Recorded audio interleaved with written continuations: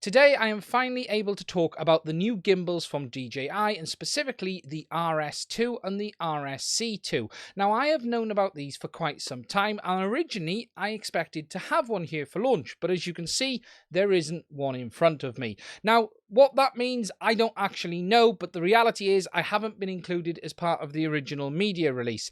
What I will say though is I do still know quite a lot about these, having had a little bit of involvement in feedback from the Ronin SC and the Ronin S directly with DJI and the Ronin product team. Now, if you wanted a video taking a look at it in action, this one probably isn't going to be for you, but do stick around if you want some of my thoughts on these new models. Hopefully, I'm going to give you guys some info that you won't get anywhere else as well, and I'll give you my thoughts if I think you should order these new gimbals or not. Now, before I get into the video, I just want to say if you want to support the channel, there is a link to the new RS2 and the RSC2 in the description. It is an affiliate link and I will receive a very, very, very small commission if you were to use it. However, if you don't want to use it, there are links to the DJI website available everywhere else and you can order it from them or your dealer. But if you did want to support me, please do check them out. Anyway, let's get on with this video and I'm going to give you guys first of all a bit of an overview of both new models and then give you my thoughts and hopefully answer a few questions along the way. Okay, so to talk about these new gimbals. Now, DJI, as I said, have announced the new RS2 and the RSC2.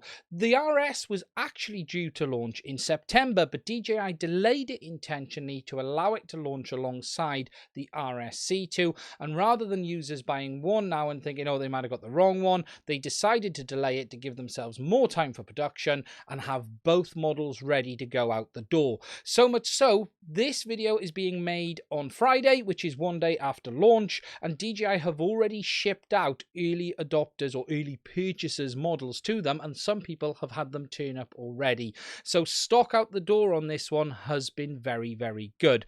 Now, if we hop over just to take a look at the actual gimbals on the website, I'm just going to quickly talk around some of the features that I think are interesting.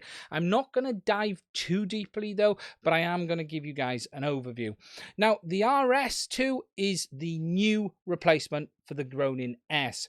It is a lighter version, but with a larger payload and can cope with up to 4.5 kilos. It has an all-new carbon fiber arm structure and it is actual carbon fiber, it isn't fake, and that means that the overall gimbal has been able to have a bigger payload but actually be lighter overall. It has an all-new built-in 1.4-inch LCD touchscreen that allows it to actually control the gimbal, change its settings and use the smart features directly from the gimbal itself. The new handle assembly has been completely redesigned, as well as the battery area as well.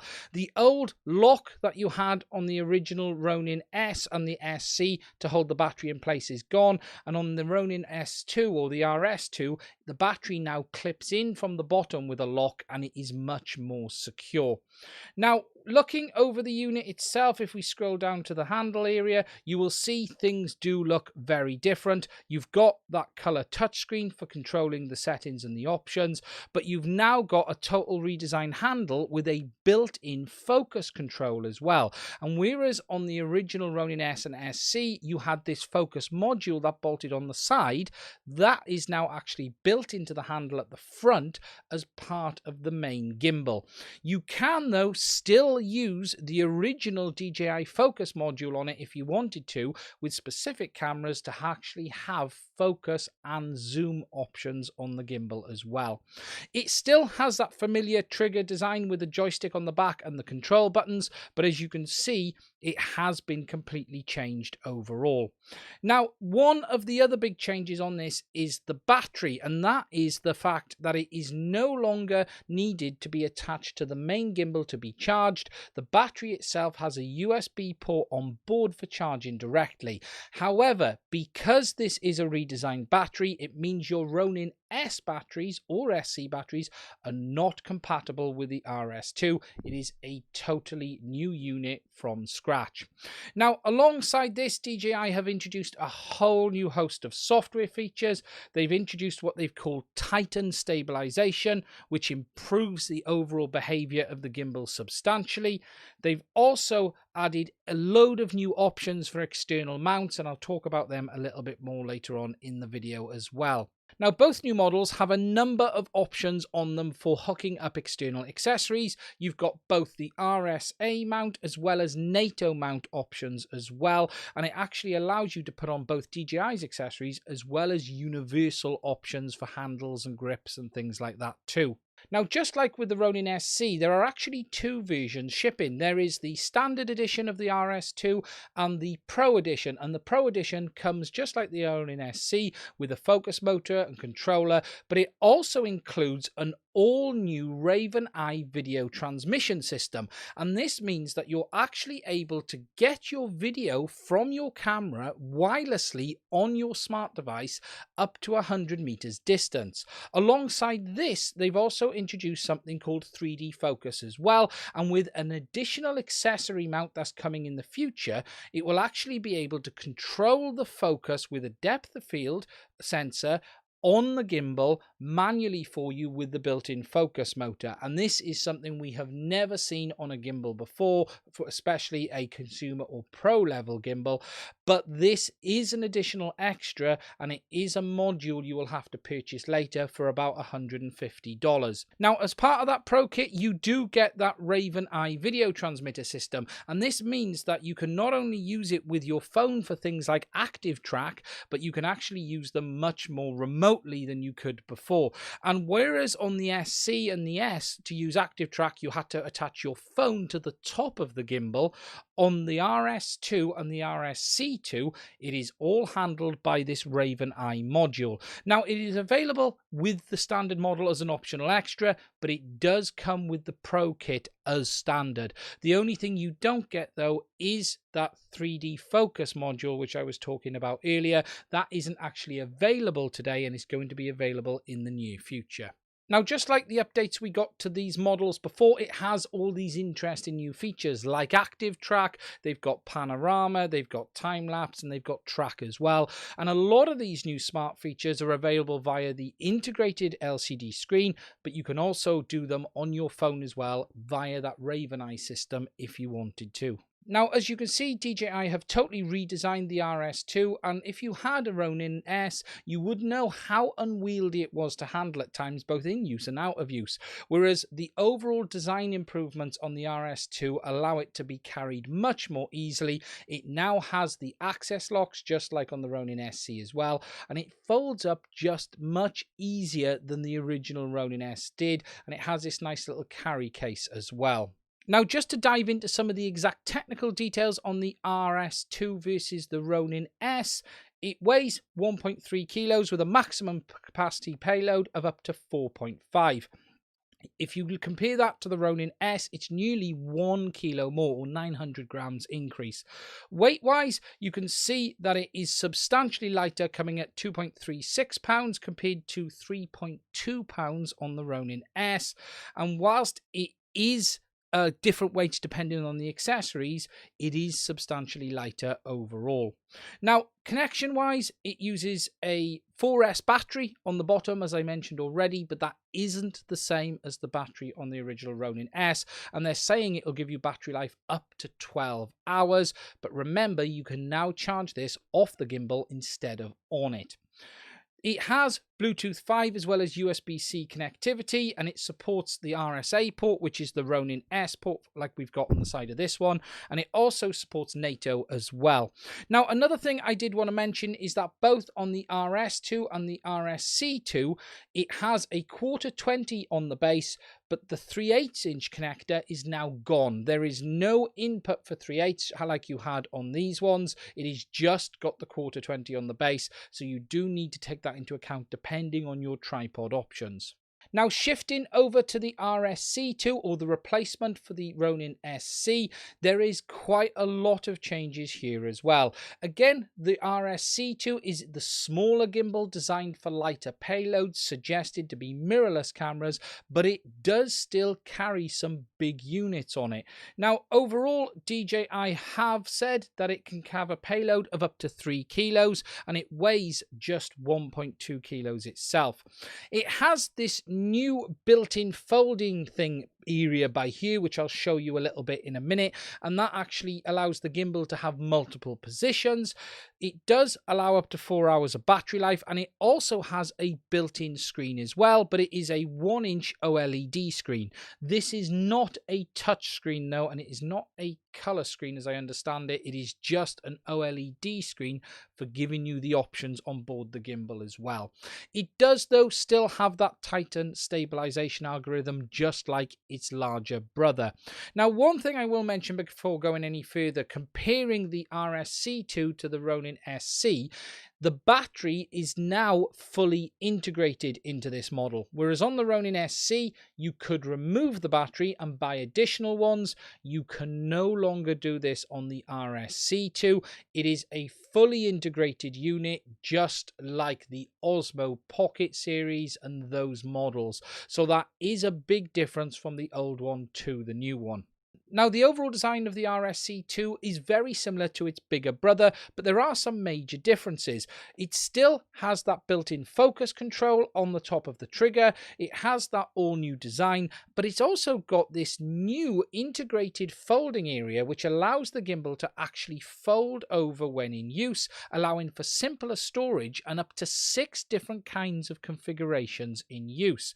And as you can see, this is something totally new we haven't seen before, and it makes it much easier to do that underslung kind of shooting compared to the models where you actually had to add a handle on the back.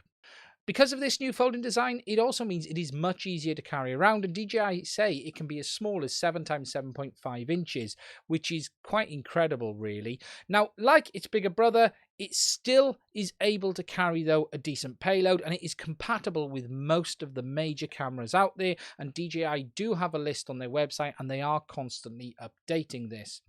Now, another big change that DJI have done on these gimbals, which I haven't mentioned, is the camera plate, actually, and this stands for both models. They are both compatible with Arca Swiss as well as the Manfrotto option, and the RS2 has this really cool little adjuster for adjusting the balance properly, whereas the RSC2 doesn't, but they do both have that dual plate option, and it does come with them as standard. Now, just like the RS2, it is fully compatible with the RavenEye image transmission system. Now, this really warrants a video in itself. However, this is an all-new unit, and as I've already said, it allows you to wirelessly transmit your camera's HDMI output to your smart device. Now, something I didn't mention on this earlier is it is transmitting to a smart device only. It is not point to point. There is no receiver module available for it today. It is simply transferring your camera image from the HDMI over Wi-Fi to your phone. Just quickly jumping over to the specs, comparing the RSC2 to the original SC, it is quite a different animal. It has that 1.2 kilos weight with a payload of up to 3 kilos. Now, it is a bit of a heavier item, actually, and when you look at it, it weighs about 1.216 kilos. That's what DJI is saying. And if you compare that to the Ronin SC, which was 830 plus 258 plus 160, it is a little bit heavier overall, but it does have much more features on board, and you have got that built-in LCD, you have got that built-in focus control without it hanging off the side as well. Now, as I've said, the battery on the RSC2 is fully built in, but they do say it will give, again, up to 14 hours battery life, and it has a capacity of 3,400 milliamp hour. Overall, it is a completely new design compared to the original one, and it carries over many of the features like active track that we had before, but because it has that RavenEye image transmission system, you've got all of the benefits that brings with it as well. Now, as I have already mentioned a number of times, RavenEye is available alongside the RS2 and the RSC2. It is DJI's new wireless transmission module designed to be used with these gimbals. It will take the HDMI output from your camera and wirelessly transmit that to your smart device. Now, it is not a point-to-point transmission in the sense of there is no HDMI receiver with it. It simply encodes it, transmits the signal over Wi-Fi to be picked up on the Ronin app on your phone to give you that control of the gimbal as well as that live feed video up to 100 meters. Now, something to take into account with this is the RavenEye module does not come as standard. It is only part of the Pro kit, but it is available to buy as an extra later. Also, you should take into account that ActiveTrack 3.0 will not work on the RS2 or RSC2 without the RavenEye module. Now, on the original Ronin S and Ronin SC, ActiveTrack was part of the main gimbal. You actually could put your phone in the phone holder on top of it and it would track via the app, but it was a little bit clunky. However, this time DJI have taken all that away and they've put it as part of the RavenEye module, so it's taking your camera feed into the RavenEye module for the tracking. However, you have to have that RavenEye module for it to actually work. So if you were to buy the RS or the RSC2 without the RavenEye, you would not have the ActiveTrack functionality. Now, if you didn't get yourself the Pro kit, you can get it alongside a single standalone module and it is available for $159. But as I've said, you are going to need this module for the wireless transmission and having that ActiveTrack 3.0 as well. Now, you can still connect your smart device to the RS2 and the RSC2 via Bluetooth, just like you could on the original Ronins, and you can still have things like the Force Mobile, but you just don't have that ActiveTrack feature now without this additional piece of kit. So, what do I think? Well, there's quite a lot to talk about here, and there's three areas to break it down into. We have the new gimbals, we have RavenEye, and we have this new 3D focus. Now, with regards to the latter, the 3D focus, we don't know that much about it today because it isn't available yet. You will need the additional focus module to be able to use it, which is an extra. It is not included with any of the Pro kits. Here and now, I would recommend holding back and waiting for some real-world usage on this before jumping in and buying it, because DJI haven't fully tweaked it yet, and it is going to be interesting to see how well it works using it with, say, a manual lens, because it is working like a depth of field sensor or TOF sensor, and it's constantly measuring the distance between the unit and the person, and it's using that to adjust the focus. But we're going to actually have to see how well that actually behaves. Further to that, we then have the new RavenEye image transmission system. This is a big one, and when I first heard about it, was really looking forward to it. It does push these gimbals into the next level, and it means that you're able to do much more precise control over it when using ActiveTrack. You're not needing to put your phone on top of the gimbal anymore, because the image system is being transmitted to the smart device, and it's able to track directly via that, rather than trying to get that thing to balance on top of your camera. And it now means that you're going to have that high quality HDMI image transmitted over Wi-Fi to your smart device. Now, range on this is estimated to be about 100 meters, and here and now there is no additional base station receiver option. It can only transmit from RavenEye to your smart device. Whether DJI will release one in the future, though, remains to be seen. Now, as I said, RavenEye does come with the Pro kit, but it is compatible with both models. But if you're buying the Ronin SC2, you might have to buy it separately. As for the gimbals themselves and my thoughts, well, as I've said a few times, I've known about these for quite a long time, and when I was shown the early images and things, I have to say I was blown away with what DJI have done. They have really, with the Ronin S2 or the RS2, moved it from a sort of semi-pro or amateur device, in my opinion, to a real professional model, not only with how it looks, but my understanding is the functionality is dramatically better. The fact that you've got that built-in focus wheel on the front, you can still add the DJI focus to give you focus and zoom if your camera supports it. You've got the built-in 1.4-inch touchscreen. You've got all of the new options around the ActiveTrack when you're using it with RavenEye, and it is just a much better unit overall. Carbon fiber, lighter, bigger payload. There is a huge amount to like about it. As for the Ronin SC2 or the RSC2, it's a bit of a mixed one for me, this one, because yes, it is a better gimbal, but it does take away the option to be able to swap the battery out. And for some people, that's a bit of a deal breaker. However, you are gaining that built-in focus control again, that built-in LCD screen, but remember, OLED screen on the Ronin SC2. But don't remember, it's not touchscreen and it's just informational. But it does have all of the bells and whistles options, like the ability to use RavenEye, and you're going to have those options as well. So as long as taking the battery off isn't important to you, then the Ronin SC2 or the RSC2 is looking very, very good as well. Now, the final thing to talk about is the price. Now, the RS2 costs $849 for the main kit, or $999 with the Pro kit. And remember, the Pro kit does include the RavenEye image transmission, a whole host of additional cables, and there is quite a substantial saving of buying the Pro kit compared to the standard kit and then buying RavenEye later. So I would suggest, if you're going to order it, try and stretch to the Pro kit, because that is the one that is going to give you the most features overall. Talking about the Ronin SC2 or the RSC2, it costs $499 in the standard, or $739 as part of the kit. However, the Pro kit isn't actually available for that one yet, and is going to be available in the future. Now, as I also said, for the 3D focus, you are going to need that additional module, and that does come at an extra cost as well, but it isn't available today, and we're going to have to wait and see where that one ends up. Now, that is it for this video on me. It is a shame I wasn't able to get my hands on one. Sorry if I have missed anything, but overall, I did just want to share with you guys my early thoughts on this new model.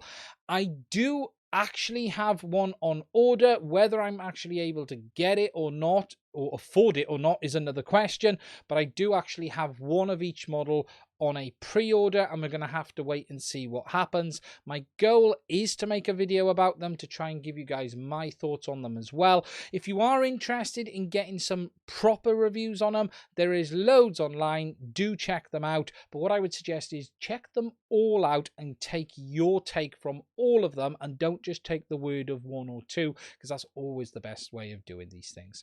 Finally, as I've said, if you would like to support the channel, there are links in the description of this video for the Ronin SC2 and the RS2 as well. As I said, they are affiliate links, and I will get a tiny commission. However, if you do want to support the channel, please do use them. That is it for this one. Thank you for watching. Please do hit that subscribe button, and when I have more news, I will share it with you guys and put out a new video soon.